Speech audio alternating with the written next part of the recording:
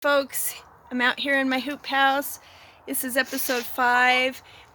We're getting ready for planting spring stuff into the hoop houses, and then we're just kind of waiting for it to warm up a little bit more. You can see all my cells out here, all my trays behind me here.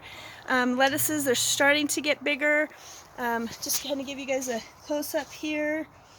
I've got lots of new leaves coming on, bigger leaves, new plants coming in, lots of different varieties. This is our chard spinach.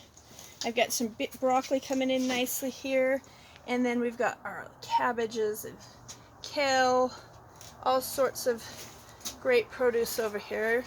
And then some transplanted cabbage, we talked about that in our last episode. And then the first tomatoes that I've actually moved out to the hoop house. Gonna kind of get them ready. So one thing that I really want to do is plant a few squash seeds early that I'm going to put into my hoop houses. So I'm going to show you the process that I go about doing that. Okay, so I've got my cells all ready, and I have some seeds. These are seeds that I've bought in bulk that I know work really well in my area, and I love these varieties. So this is a golden zucchini, green zucchini, and this is a yellow straight neck. So instead of a crook neck squash, this is a straight neck. Now these are all quick growing plants. Typically if we plant these in May, by the end of June, you're out of your ears in zucchini.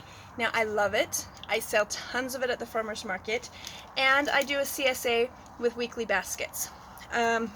So in order to always be competing with my fellow farmers, trying to get the produce out first, because whoever has it first sells more, of course, but also for my CSA customers, I like to have a lot of variety, and I want to have that early on for them, because about this time of year we're all dying for good vegetables, right?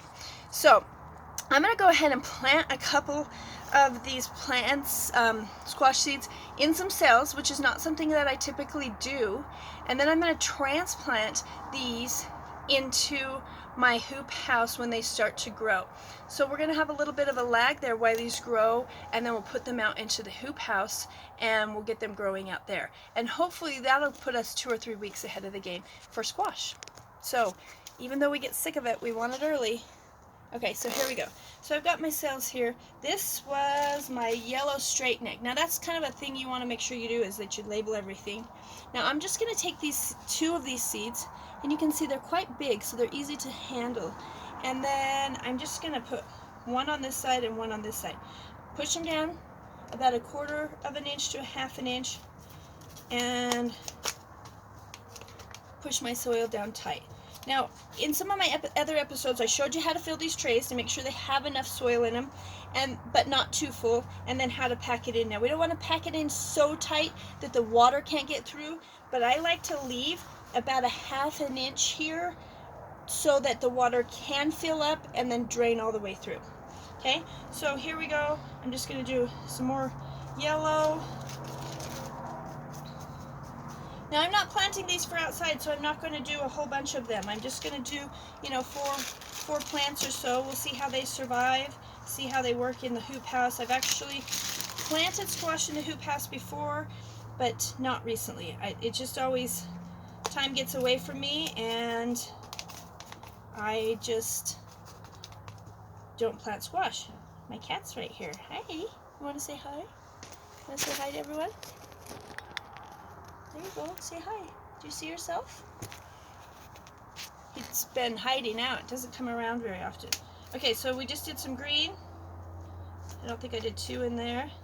So I can tell which cells I've planted because I kind of push them down.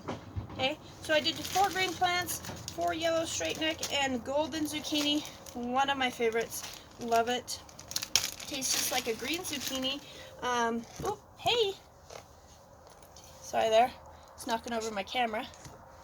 Okay, and then we're going to do the same thing here with our golden. Okay, I love to mix a yellow squash and a green squash. You're not helping. Anytime I'm planting the cats and the dogs feel like they need attention from me, so they come get underneath my hands because they're in the soil. So anyway, that is our how to plant squash in cells, and we're going to take it from here, and we will let them grow a little bit, keep watering them, and I'll show you how to do that in another episode.